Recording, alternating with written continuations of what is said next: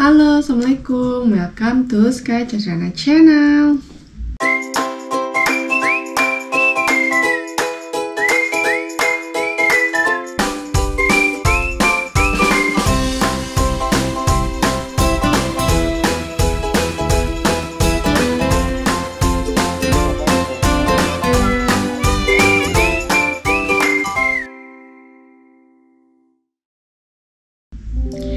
Jadi di video kali ini aku mau cerita tentang musibah kemarin ya. Aku udah sempet share di Instagram, terus kayaknya ini sebuah info yang menarik karena ya di balik musibah pasti selalu harus ada hikmahnya gitu ya. Jadi waktu di Instagram itu aku share tentang aku kehilangan mobil gitu di suatu malam. Di jadwalnya aku pengajian. Ya, jadi semua kayak orang tua dan anak itu semua di situ tuh orang Indonesia berkumpul untuk pengajian bareng-bareng setiap Jumat malam.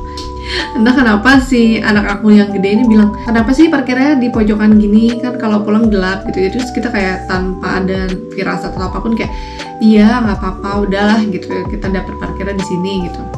Ya udah kita pengajian seperti biasa dan pulangnya itu cukup malam, biasanya bisa sampai jam 10-an malam. Nah terus pas pulang itu kita lihat kayak pas aku duluan nih yang ke tempat parkir, terus kayak nyariin mobil aku kemana gitu, kok nggak ada mobil sih gitu. Oh dipindahin kali ya gitu. Terus aku tanya, "Iku pindahin mobil ya?"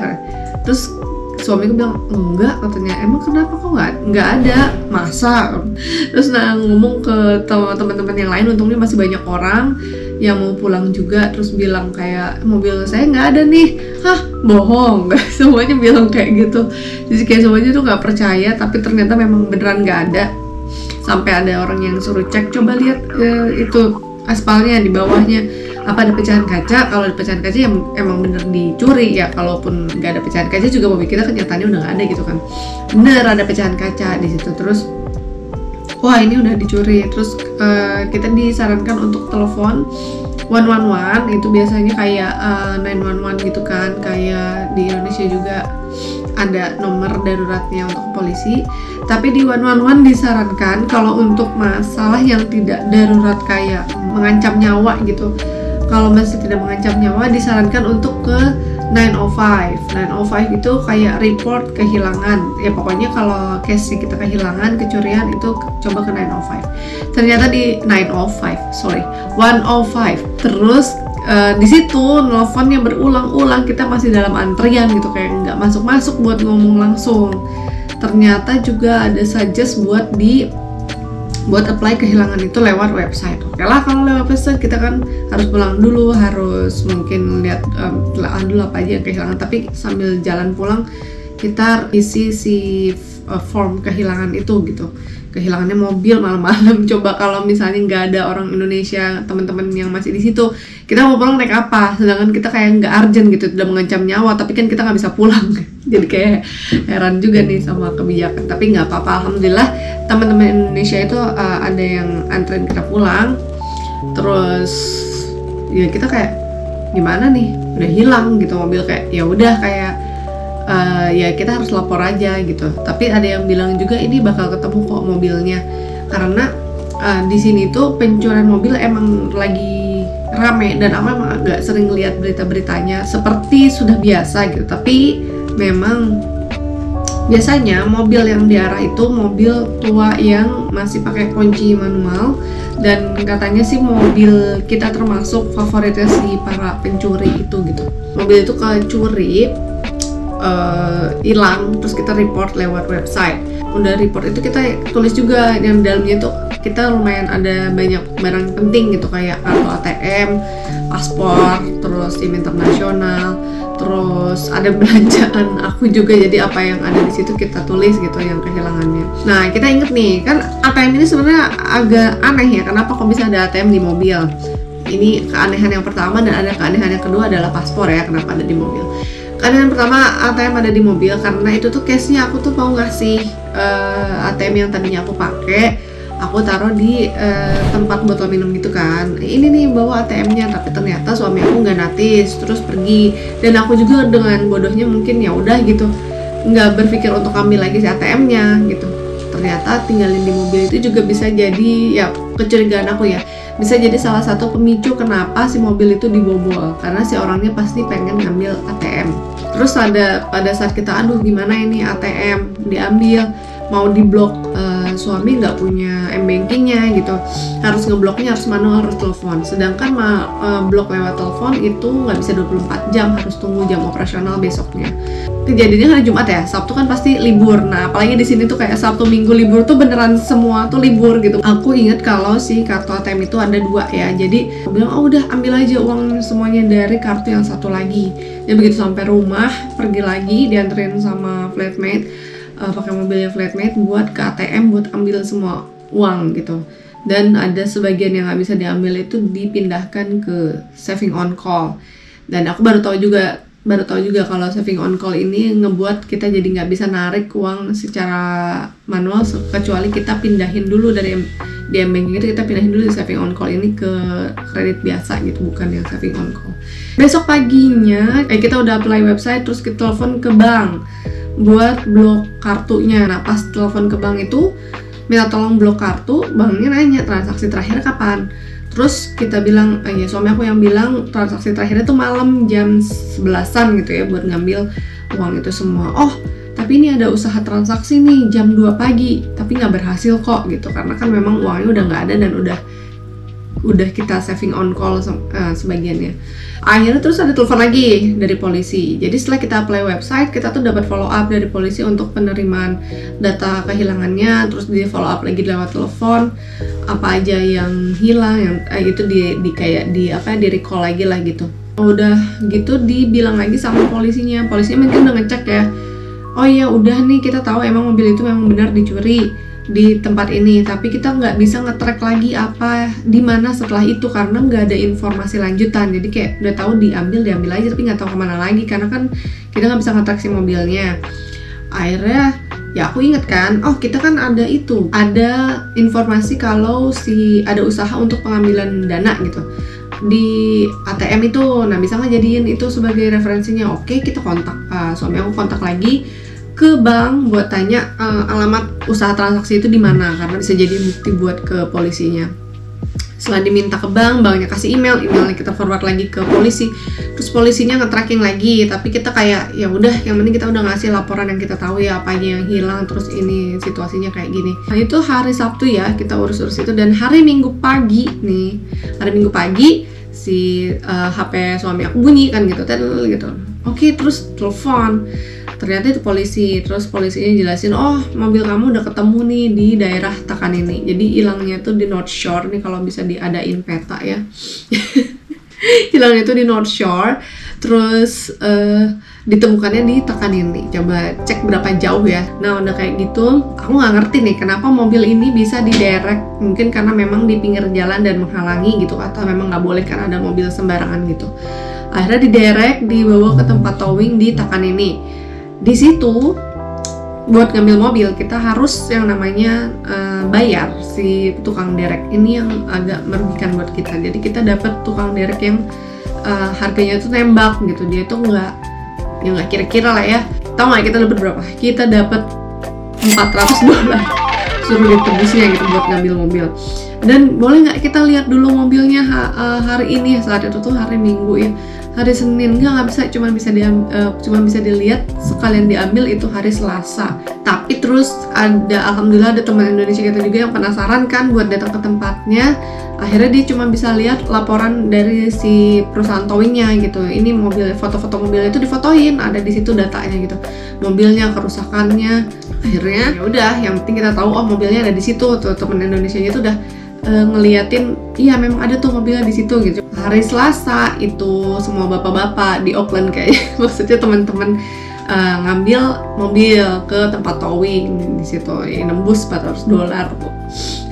Terus untungnya alhamdulillah juga sih mesinnya itu nggak ada masalah, jadi cuman masalahnya itu bempernya yang nggak ada diambil, plat nomor nggak ada, terus kayak wheels, ban dua-duanya dirusak, kayak ada kerusakan itu sampai ke dalam-dalamnya gitu, jadi benar-benar nggak bisa dipakai lagi, nggak bisa ditambal, harus diganti semuanya. Dibawa, dipakai ban cadangan, terus pelan-pelan dibawa ke rumah temen yang terdekat, karena kalau dibawa jauh takut ada masalah dan karena towing juga ya kan. Sekarang sih kondisinya memang mobilnya lagi di pelan-pelan mau dibenerin gitu, dipasang-pasang, karena itu kan cuman bodinya aja ya yang bermasalah. Terus plat nomor juga suami udah ganti lagi. Buat biaya plat nomor kemarin ganti yang baru itu cuman $30. Dan yang masalah kedua adalah paspor. Ketika paspor aku hilang, otomatis aku harus bikin lagi, terus harus ke KBRI, which is KBRI itu ada di Wellington. Aku udah kayak berencana akan ke Wellington sendiri naik pesawat atau mau naik bis atau apa gitu. Pokoknya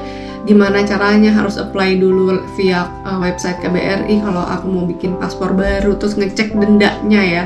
Denda buat bikin paspor hilang di sini itu $90 di luar dari harga pembuatan paspor. Terus pembuatan paspornya sendiri sekitar $45 untuk pembuatan paspornya sendiri. Jadi 90 tambah 45 gitu yang harus disiapin dananya, belum ongkos ke Wellingtonnya. Alhamdulillah ini cerita keduanya. Kita laporankan ada yang kehilangan itu paspor dengan atas nama ini.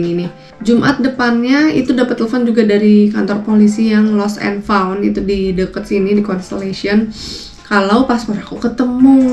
Amazing kan. Jadi terus ini ketemunya di mana? Di stolen car in Newmarket gitu. Sedangkan kan mobil kita ketemunya di tekan ini. Jadi ini car yang mana yang hilang gitu, which stolen car. Oh ya udahlah, aku tuh kayak udah nggak mikir lagi ini tuh stolen car siapa, ditemuinnya, terus kenapa bisa, terus si penjahatnya ketemu apa nggak ada nanya-nanya kayak gitu, karena yang mikirnya ya udahlah yang penting paspor udah ketemu gitu ya. Padahal udah kesini aku penasaran juga gitu.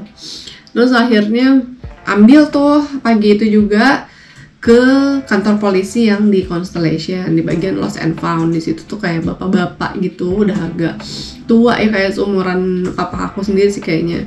Oh, terus dia kayak prihatin gitu kan, gimana kamu sekarang keadaan mobilnya, terus apa rencananya, dia nanya. Ya kita mau perbaiki aja karena mesinnya juga masih aman, jadi kita mau perbaiki pelan-pelan. Dia pokoknya prihatin banget. Terus dia ngasih tahu tempat terus aku bilang aku punya rencana buat pasang steering lock gitu biar ngunci si setirnya, jadi double lock. Buat beli mobil lagi kayaknya belum jadi pilihan karena aku harus harus bikin visa baru lagi pas banget di tahun ini. Ya nggak apa-apa, tapi alhamdulillah ya dapet orang yang perhatian juga. Misalnya ada yang nanya nih, kenapa paspor bisa ada di mobil? Jadi paspor itu aku satuin sama SIM internasional di satu pocket gitu kan, di satu kantong. Kalau mau nyetir mobil kan aku bawa. Nah aku tuh suka pakai tasnya kan yang kecil. Nah si pocket ini nggak masuk di tas kecil aku. Aku bisa ya udah pocket ini aku taruh aja di laci dashboard mobil kan. Terus aku nyetir. Terus kalau udah selesai aku suruh ambil lagi taruh di rumah. Nah itu udah berapa kali aku nyetir taruh lagi di rumah. Ya udahlah aku taruh aja si paspor sama SIM internasionalnya di dashboard mobil. Yang sama sekali nggak kebayang ya kalau mobil ini bisa dicuri gitu, nggak. Ya udah jadi pelajaran ya, jadi nggak lagi-lagi taruh data penting. Jadi menurut aku paspor itu taruh aja di tempat yang aman sih, nggak usah dibawa-bawa. Jadinya yang benar-benar hilang itu kita nggak temuin lagi adalah kartu ATM, karena mungkin nggak di report, tapi ya nggak ada, pasti dibawa sama dia dan nggak ada isinya, dia buang kali, dia apain nggak tahu. Terus kayak payung, kalau boleh di search ya, payung Blan itu cukup mahal di sini, itu punya landlord, itu hilang dibawa. Dan belanjaan itu tadinya mau aku kasih buat oleh-oleh temen pramugari aku, kayak oleh-oleh souvenir New Zealand gitu, ada madu, ada apa gitu. Kalau alhamdulillahnya si paspor sama SIM internasional ada gitu ketemu, dan aku jadi nggak harus terbang ke Wellington. Oke, segitu ceritanya tentang kehilangan. Dan di sini aku kayak mau makasih banget. Aku tuh sempat lihat nih ya, ada orang bilang, nggak cuma satu orang ya, beberapa konten gitu yang bilang kalau mau sukses di luar negeri itu jangan deket-deket sama sesama orang Indonesia. Why gitu, kayak emang kenapa kalau kita kumpul sama sesama orang Indonesia? Pertama katanya bahasa Inggris kita nggak improve, reasonable gitu. Yang kedua orang Indonesia suka gosip dan apalah. Kalau menurutku ya, nggak semua orang Indonesia itu kayak gitu, dan kalian tuh terlalu banyak negativity pikiran itu adalah yang kamu bentuk sendiri gitu. Yang kamu pikir orang Indonesia itu negatif, ya akan terjadi di kamu karena itu dari pikiran kamu sendiri. Jadi menurut aku sih, aku tuh banyak bersyukur banget di sini, banyak kenal sama teman-teman Indonesia di sini karena banyak dibantu. Karena kita sama-sama ngerasa kita ini perantau. Dan kita banyak improve lah, maksudnya tentang link kerja, dibantu juga tentang info-info kayak kehilangan kayak gini. Coba kalau kita nggak dalam komunitas, gimana cara kita tahu? Ya mungkin ada sih, kita punya temen bule gitu, bisa aja sih dia ngasih tahu. Cuman mungkin nggak sejor-joran, kalau bahasa Sunda kali itu bahasa apa ya? Nggak kan sejor-joran sesama orang Indonesia sampai yang ngebantu kita tuh sampai kita anterin pulang, sampai dikasih tahu, di follow up gimana polisi, gimana sampai dipinjemin mobil, sampai kayaknya nggak akan segitunya ngerasa seperti saudara gitu kalau sama bule atau sama siapapun. Dan kita juga bukan orang yang sebagai orang yang menurut kalian kita tuh kumpul-kumpul sama Indonesia ya, dan kita juga bukan orang yang anti sama bule. Kita namanya tinggal di luar negeri, pasti nggak anti sama orang situ lah gitu. Harusnya kita juga deket sama orang lokal kan gitu, bukan anti juga sih sama orang sini gitu kan. Jadi ya sama siapa aja bebas, sama siapa aja oke gitu, bukan nggak ngebeda-bedain kayak gitu. Ya aku cuman mau share aja ya, supaya mindset kita untuk merantau di luar negeri itu jangan terlalu dikotak-kotakin kayak gitu. Jadi mungkin banyak orang yang punya masalah sama orang Indonesia, tapi jangan jadi stereotype, jangan pikir kalau semua orang Indonesia itu kayak gitu, karena semua orang tuh beda-beda gitu. Jadi kayak orang Indonesia ini baik, orang Indonesia ini mungkin di sisi itu nggak baik, dan ya semua itu jadi bagian personal masing-masing. Jangan jadiin itu semua orang Indonesia itu kayak gitu.